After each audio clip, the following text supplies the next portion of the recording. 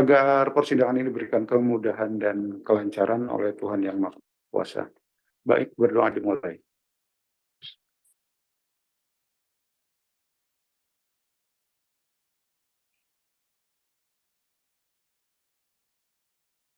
Doa selesai. Baik, dengan mengucap Bismillahirrahmanirrahim dan memohon petunjuk kepada Tuhan Yang Maha Kuasa, sidang pemeriksaan sengketa banding dan gugatan Majelis 14A hari Rabu tanggal 12 Februari 2025 dinyatakan dibuka dan terbuka untuk umum.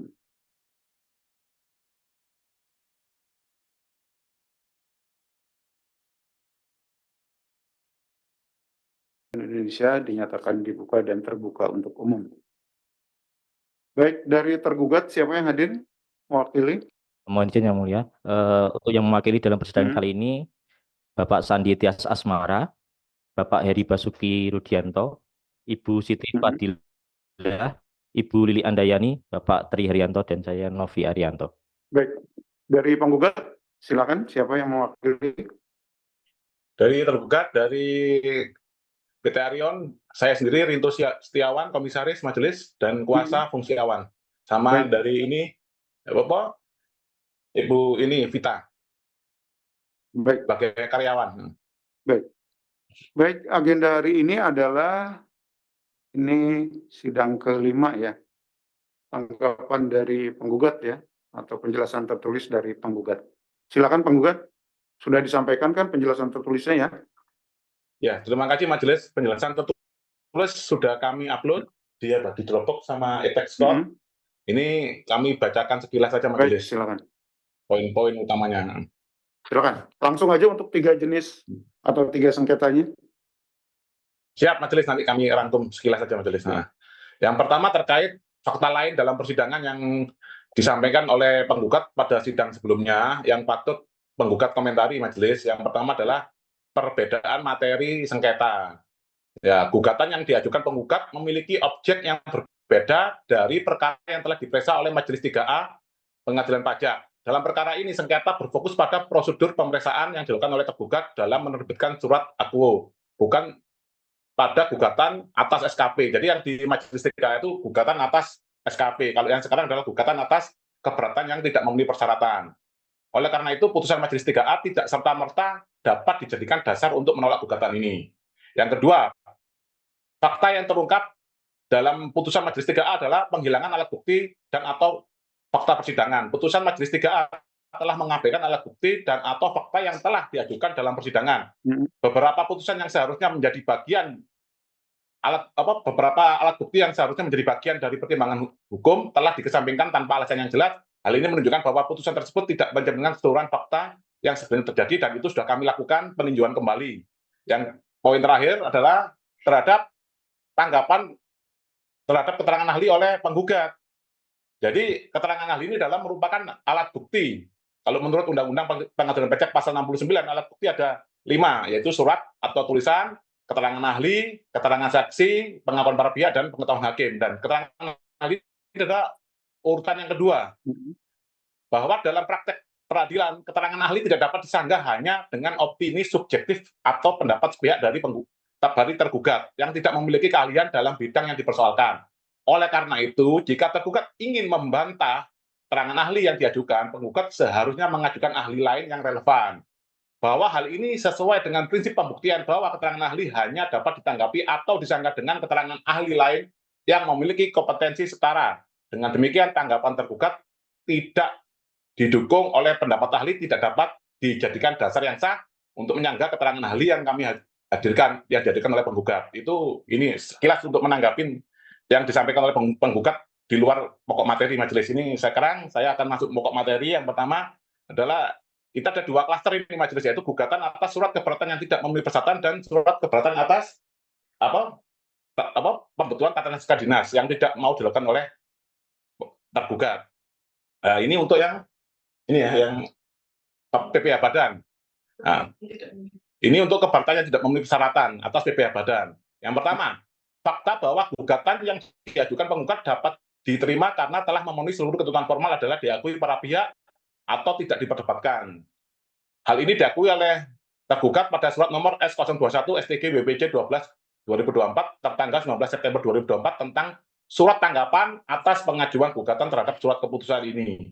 Jadi untuk perkara apakah ini dapat diajukan gugatan, tidak ada dispute antara penggugat dan tergugat. Yang kedua, menyatakan batal atau tidak sah bahwa surat aku yang diterbitkan oleh tergugat karena telah memenuhi syarat untuk mengajukan keberatan sebagaimana pasal 25 ayat 1, ayat 2, ayat 3 atau ayat 3A Undang-Undang KUP, bahwa pengajuan keberatan atas SKPKB PPh Badan tahun 2019 telah memenuhi persyaratan sebagaimana dalam pasal 25 ayat 1 huruf A, ayat 2 huruf A, ayat 3 dan ayat 3A Undang-Undang KUP.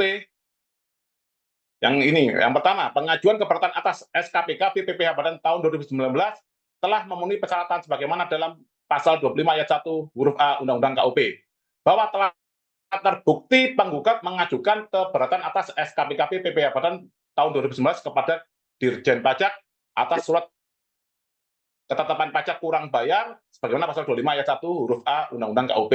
Berikut ini suratnya, surat permohonan kami kepada KPP Madya Majelis, jadi Direktur Jenderal Pajak kepada KPP Madya, kepada tim peneliti keberatan terhadap surat keputusan Direktur Jenderal Pajak tentang pembetulan atas surat ketetapan pajak pasal PPh pasal 25 atau 29 badan. Pengajuan keberatan atas SKPKB PPh Badan tahun 2019 telah memenuhi persyaratan sebagaimana dalam pasal 25 ayat 2 huruf A Undang-Undang KUP. Pasal 25 ayat 2 berbunyi keberatan diajukan secara tertulis dalam bahasa Indonesia dengan mengemukakan jumlah pajak terutang, jumlah pajak yang dipotong atau dipungut, atau jumlah rugi menurut penghitungan wajib pajak dengan disertai alasan yang menjadi dasar penghitungan. Nah, ini buktinya majelis. Nah, pengajuan keberatan atas SKPKB PPh Badan tahun 2019 telah memenuhi persyaratan sebagaimana pasal 25 ayat 3 yang berbunyi keberatan harus diajukan dalam jangka waktu 3 bulan sejak tanggal dikirim surat ketetapan pajak atau sejak tanggal pemotongan atau pemungutan pajak sebagaimana dimaksud ayat 1 kecuali apabila wajib pajak dapat menunjukkan bahwa jangka waktu tersebut tidak dapat dipenuhi karena keadaan di luar kekuasaannya. Berikut buktinya kami sampaikan juga. Nah, pengajuan yang keempat, pengajuan keberatan atas SKPKB PPh Badan tahun 2019 telah memenuhi persyaratan sebagaimana dalam pasal 25 ayat 3A. Nah, ini yang berbunyi, dalam hal wajib pajak mengajukan keberatan atas surat ketetapan pajak, wajib pajak wajib melunasi pajak yang masih harus dibayar paling sedikit sejumlah yang telah disetujui wajib pajak dalam pembahasan akhir hasil pemeriksaan sebelum surat keberatan disampaikan. Bahwa surat keberatan yang diajukan pada tanggal 23 Januari 2024, penggugat menyatakan bahwa jika nilai yang disetujui dalam pembahasan akhir hasil pemeriksaan dinyatakan lebih bayar, maka penggugat tidak wajib melunasi jumlah pajak terutang yang tidak disetujui oleh penggugat. Ketentuan ini sesuai dengan pasal 4 ayat 1 huruf D PMK 9 tahun 2013. Menyatakan permohonan keberatan yang diajukan oleh penggugat dapat diterima, bahwa karena pengajuan keberatan atas SKPKB PPh Badan tahun 2019 telah memenuhi persyaratan sebagaimana dalam pasal 25 ayat 1 huruf A, ayat 2 huruf A, ayat 3 dan ayat 3A Undang-Undang KUP sebagaimana disebutkan dalam petitum 2, maka permohonan keberatan diajukan penggugat dapat diterima. Poin D, petitum 4 menyatakan permohonan keberatan yang diajukan oleh penggugat dapat diterima seluruhnya. Fakta-fakta ketidaksesuaian pembahasan akhir hasil yang disetujui wajib pajak menurut versi tergugat dan penggugat.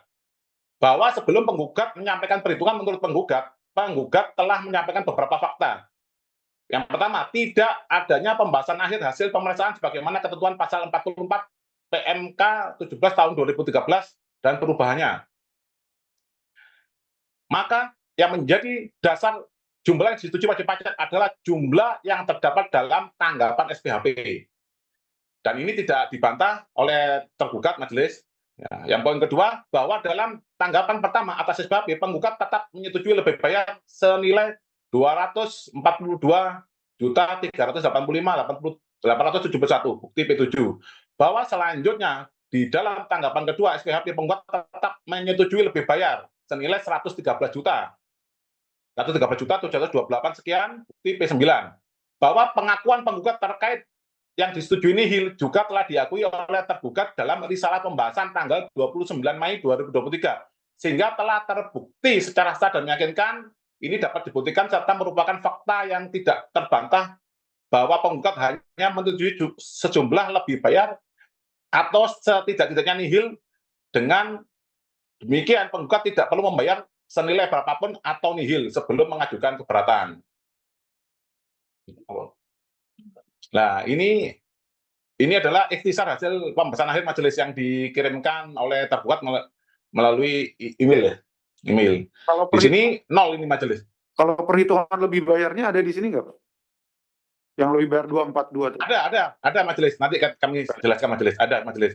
Fakta bahwa angka yang tertulis pada SKP pembetulan terkait dengan jumlah yang disetujui wajib pajak tidak sesuai dengan tanggapan pertama dan tanggapan kedua atas SPHP, serta tidak sesuai risalah pembahasan tanggal 29 Mei 2023. Bahwa tergugat menyajikan angka PPh kurang bayar sebesar 242 juta dalam SKP KB Badan tahun 2019 yang menurutnya telah disetujui oleh wajib pajak dalam pembahasan akhir. Namun fakta ini tidak sesuai dengan tanggapan pertama dan tanggapan kedua penggugat atas SPHP yang diterbitkan oleh tergugat. Dengan demikian, angka dalam SKPKB tersebut bukan berdasarkan tanggapan penggugat, melainkan asumsi tergugat demi memenuhi target penerimaan negara.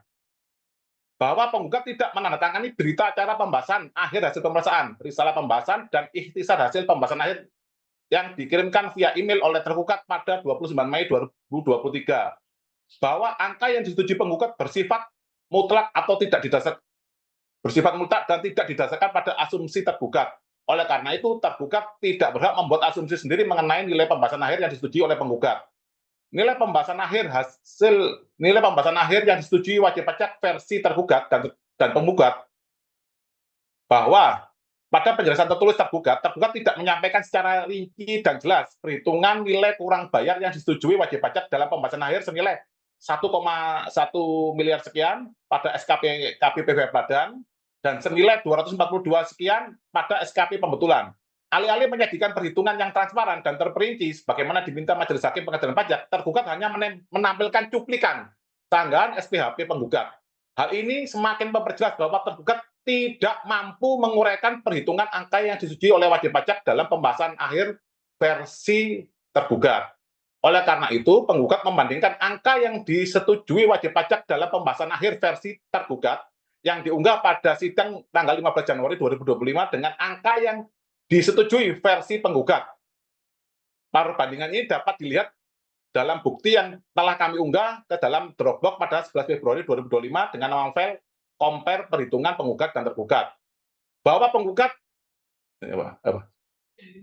penghasilan bruto atau perjalanan usaha ini yang di dalam SKP pembetulan dari ini tergugat ini ada perbedaan seperti ini majelis. Pembahasan akhir yang disetujui oleh versi tergugat adalah 44 miliar sekian. Itu sama dengan sanggahan SPHP kami yang pertama, tapi beda dengan sanggahan SPHP kami yang kedua majelis.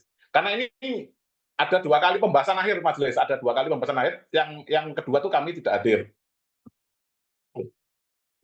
45 itu menurut pemohon atau menurut tergugat itu ya? Sanggahan. Menurut pemohon, menurut penggugat majelis. Menurut penggugat. Berarti itu lebih besar menurut pemohon, peredaran usahanya lebih besar jadi 45 gitu. Betul majelis. Karena kan ceritanya kan gini majelis, dari SPHP yang setelah diberikan SPHP yang sudah melewati waktu tadi, itu penggugat kan tidak dikasih rincian. Kita meminta rincian berkali-kali ke Kanwil, itu tetap tidak diberikan dengan alasan itu rahasia, itu majelis. Akhirnya kami dengan ini majelis semaksimal mungkin kami membuat tanggapan SPHP yang pertama tadi majelis. Menjawab tanggapan SPHP yang pertama. Karena tanggapan SPHP yang pertama sudah kami berikan, kami diundang pembahasan akhir dan harapan kami datang pembahasan akhir waktu itu adalah dibuka ini rincian detail koreksinya gimana. Kami adu dengan perhitungan kami. Ternyata dari tim dari pemeriksa pajak tidak mau melakukan ini detail angka koreksi tadi majelis, tidak mau dibedah satu-satu. Seperti itu majelis. Akhirnya yang terjadi besoknya itu saya mencoba, memang ada fakta yang sudah terungkap di dalam PPID. Saya berusaha menemui Kepala Kanwil, tapi Kepala Kanwil Jatim 3 bernama Bapak Farid Baktiar tidak mau majelis. Ini fakta yang harus diketahui oleh khalayak umum, tidak mau kami temui. Akhirnya kami melalui jalur akses dari anggota DPR RI bernama Bapak Andreas Susetio, yaitu Komisi 11 yang kemarin juga rapat terkait Kortek, itu Itu kebetulan semua kakak kelas saya majelis. Itu saya Farid Bakhtiar. Disitulah saya memohon bahwa pemeriksaan ini sudah aneh. Saya meminta rinciannya aja. Lah ternyata memang diberikan majelis rinciannya, tapi cuma 15 halaman dari total 74 halaman majelis. Itulah yang menjadi disebut adanya tanggapan SPHP kami kedua majelis. Jadi awalnya itu memang Bapak Kakanwil tidak mau ditemui majelis. Itu mau ditemui karena ada tekanan dari anggota DPR RI, dari Komisi 11, Bapak Andreas, dari fraksi PDIP majelis.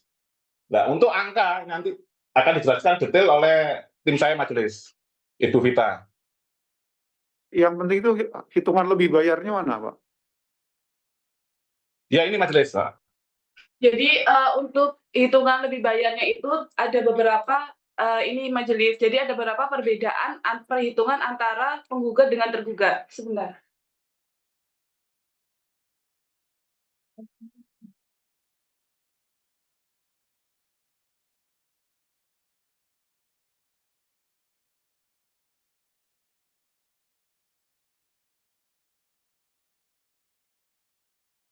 Ini majelis. Jadi yang saya warnai ini adalah perbedaan antara versi tergugat dengan versi kami.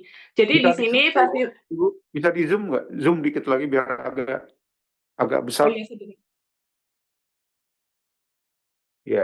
Ya, udah cukup itu. Udah. Ya. Jadi sebelum persidangan sebelumnya sudah menyampaikan matriks perbandingan matriks angka dari tergugat, kemudian kami menambahi kolom yang menurut tergugat ini. Kemudian menurut tergugat ini kan sebelum SKP normalnya 1,1 M, menurut yang versi pembahasan akhir disetujui oleh wajib pajak. Itu 1,1, SKP pembetulannya 242. Sedangkan menurut kami dalam sanggahan pertama itu kita menyampaikan lebih bayar sebesar 242 sekian, dalam intisar pembahasan itu nihil, sedangkan dalam sanggahan yang kedua itu lebih bayarnya 113 juta sekian. Baik. Kemudian perbedaan antara kemudian perbedaan antara versi tergugat dengan versi sanggahan kedua itu yang saya warnai kuning. Jadi yang pertama itu terkait sama penghasilan bruto. Penghasilan bruto menurut tergugat itu 44 M 846 sekian, menurut sanggahan kedua adalah 45 M 50 juta sekian. Berarti Jadi, penggugat akui lebih besar ya? Ya, di sini atas pos penghasilan bruto itu terjadi koreksi positif. Kemudian untuk HPP menurut tergugat dengan versi penggugat ini sama, sehingga kan karena penghasilan brutonya berbeda, akhirnya penghasilan bruto atau laba brutonya ada selisih juga. Dan selisihnya ini kan sudah kami sampaikan dalam penjelasan tertulis. Kemudian perbedaan lagi itu di pos pengurang penghasilan bruto atau biaya usaha, di mana menurut versi tergugat adalah 5,2 M sekian, menurut versi kami adalah 6,6 sekian. Jadi ada koreksi negatif dari kami di sanggahan kedua. Kenapa ini yang menyebabkan lebih bayar? Karena di pos ini majelis. Koreksi di pos pengurang penghasilan. Atau HPP, Bu ya? Atau biaya? Bukan. Nah, jadi untuk koreksi negatifnya itu dari biaya majelis. Dari sini. Yang dimaksud koreksi negatif itu tergugat melakukan koreksi negatif atau penggugat yang meminta dikoreksi negatif, Ibu? Penggugat yang meminta melalui sanggahan SPHP majelis. Oh, di sanggahannya, Bu. Nah, ada kita tunjukkan. Miliar itu ya, Pak ya? Ya, betul, yang 1,1. Ya, satu ya. Itu sudah kami sampaikan. Baik, berarti kan ya majelis. Penyebabnya lebih banyak kan itu, betul, kan? majelis. Dan itu dalam pembahasan yang tanggal 29 Mei itu sudah kita sampaikan bahwa kami ada kesalahan input di pos ini, biaya instalasi perakitan dan instalasi majelis. Tapi dari tim pemeriksa pada waktu pembahasan itu tidak menyampaikan apa yang kami sampaikan baik dalam sanggahan pertama maupun kedua. Yang senilai 1 M itu tadi. Baik.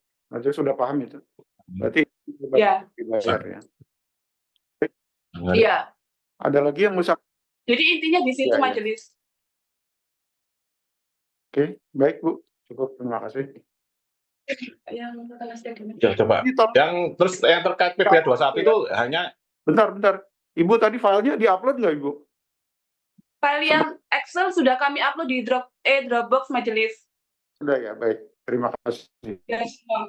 Terima kasih. jadi terkait dengan ini majelis PPh badan itu memang paling utama hanya di selisih antara harga ini ya biaya Pak ya. Ya. Koreksi biaya itu aja majelis, karena saat pemeriksaan pajak itu malah pemeriksa pajak yang menemukan majelis tapi tidak mau menuangkan kalau itu ada koreksi negatif majelis, tapi kalau positif mau pemeriksa pajaknya majelis.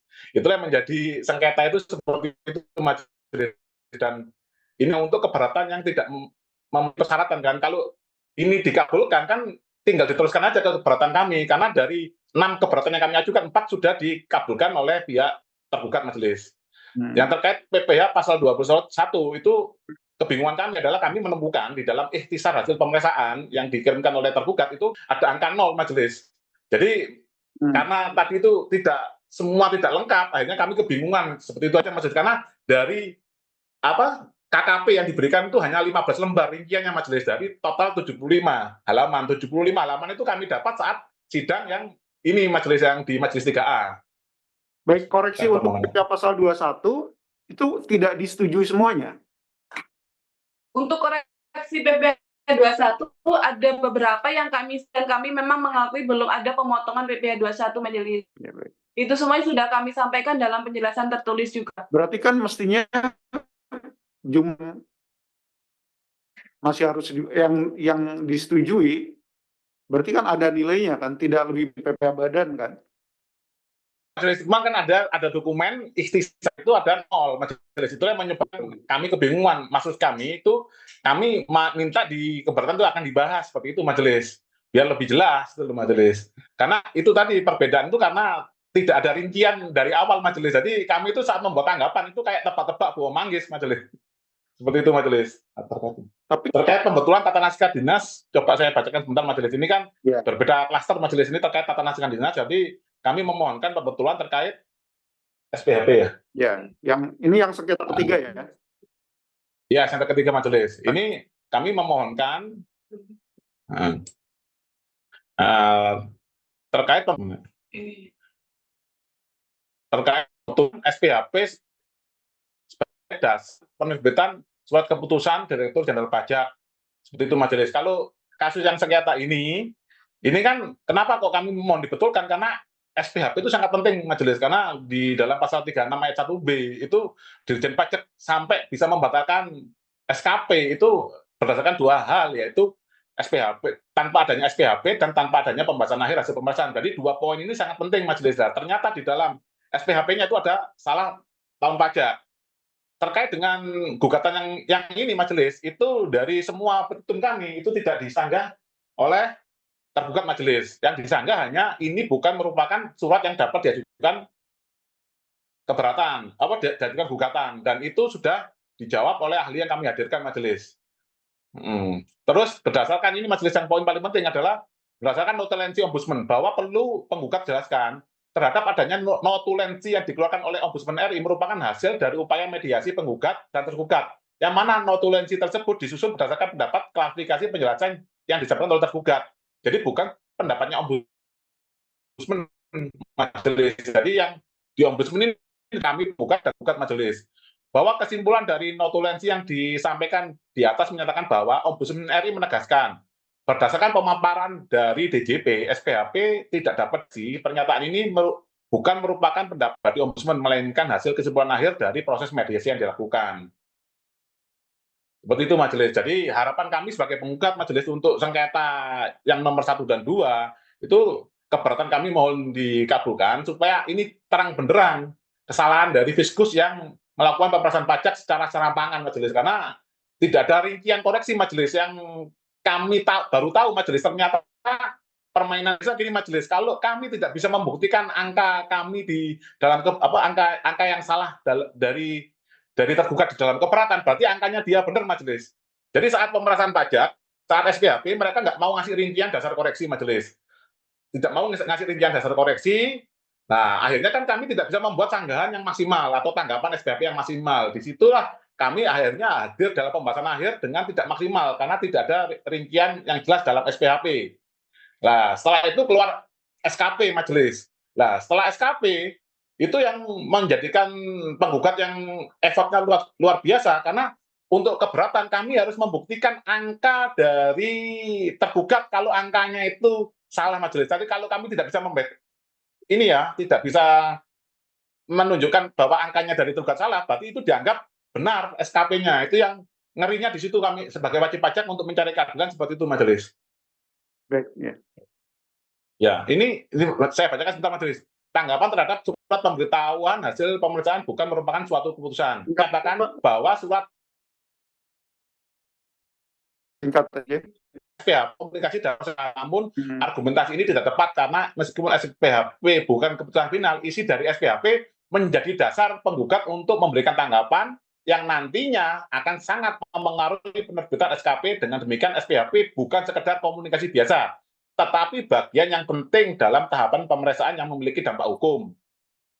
Bahwa SPHP dapat membatalkan SKP dari hasil pemeriksaan. Hal ini diatur dalam pasal 36 ayat 1 huruf D Undang-Undang KUP junto pasal 60 ayat 1 PMK 17 tahun 2013 yang menegaskan betapa pentingnya SPHP bagi penggugat. Ketentuan ini memberikan dasar hukum bahwa dalam kondisi tertentu SPHP dapat menjadi dasar untuk membatalkan SKP yang diterbitkan berdasarkan hasil pemeriksaan.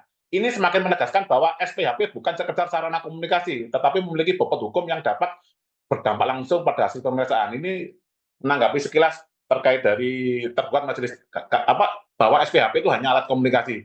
Terkait pernyataan tergugat atas permohonan penggugat yang diajukan setelah upaya hukum, bahwa dalam penjelasan tertulisnya tergugat menyatakan bahwa surat permohonan penggugat nomor 001 sekian tanggal 1 Agustus 2024 diajukan setelah penggugat mengajukan upaya hukum gugatan kepada pengadilan pajak dengan permohonan nomor 001 sekian tanggal 16 Oktober 2023 atas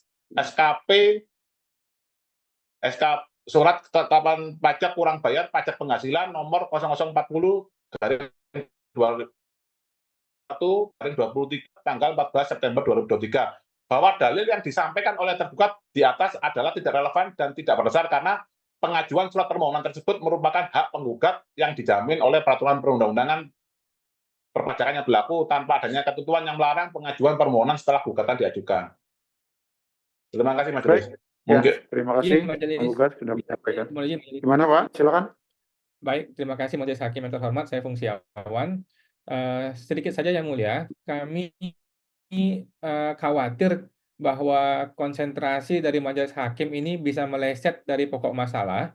Kami tidak mau nih yang mulia diam-diam sidang selesai, kemudian kami kalah dengan bukti-bukti kami ini tidak dipertimbangkan. Seperti yang terjadi pada oknum Majelis Hakim di Majelis 3A, Bapak Junaidi, yang ternyata adalah mantan pegawai DJP ya, rekan-rekan dari tergugat.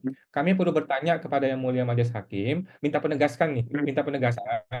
Apakah hakim sudah paham dan sudah yakin bahwa kami itu tidak pernah menyetujui angka 242 juta yang tertulis di SKPKB? Inilah pokok masalah. Kita mohon Majelis Hakim tetap fokus. Gara-gara inilah yang menyebabkan angka itu tidak dibayar, yang kemudian menyebabkan keberatan dikembalikan, yang kemudian menyebabkan munculnya gugatan ini. Nah, kami perlu yakin dulu nih, perlu memastikan apakah hakim sudah yakin bahwa tidak ada satupun dokumen WP yang menyatakan kami itu menyetujui angka 242 juta tersebut. Kalau hakim belum yakin, masih ragu-ragu, kami minta tolong nih konsentrasi kita kepada pokok masalah ini. Kita perlu memperjelas masalah ini. Kita perlu tanyakan kembali kepada tergugat, di dokumen WP itu yang mana yang kami menyetujui 242 juta itu. Kalau hakim masih belum yakin, kami perlu bertanya, di mana keraguan-raguan hakim? Kami sudah kasih bukti. Tergugat pun sejauh ini tidak menunjukkan dengan tegas di mana dokumen WP yang menyatakan kami setuju gitu loh. Kalau nggak yakin, kami minta nih hakim untuk di mana keraguan-raguannya. Tapi kalau hakim sudah yakin bahwa angka 242 juta itu tidak pernah kami setujui di dokumen manapun, maka kami rasa sidang boleh di-closing. Terima kasih Yang Mulia. Baik, ya. Majelis sudah paham sengketanya terkait dengan 242 dan lebih bayar berapa tadi itu. Masing-masing punya hitungannya dan majelis tahu sumbernya. Baik, jadi sidang berikutnya closing atau hari ini bisa di closing nih menurut penggugat atau tergugat? Kayaknya perlu closing ya. Ya, Tergugat closing ya, tergugat. ya majelis, Nanti kami harus membuat kesimpulan akhir majelis. ya, sidang berikutnya berarti closing ya, tergugat ya. Ibu ada? Baik, dan tapi sebelumnya nih karena jatuh temponya 21 Februari ya, karena sudah jatuh tempo, jadi majelis perpanjang dulu jangka waktu pemeriksaannya sesuai dengan ketentuan pasal 81 ayat 4 Undang-Undang ya. Dan kemudian ditunda ke tanggal 5 Maret 2025 dan sidang hari ini ditutup.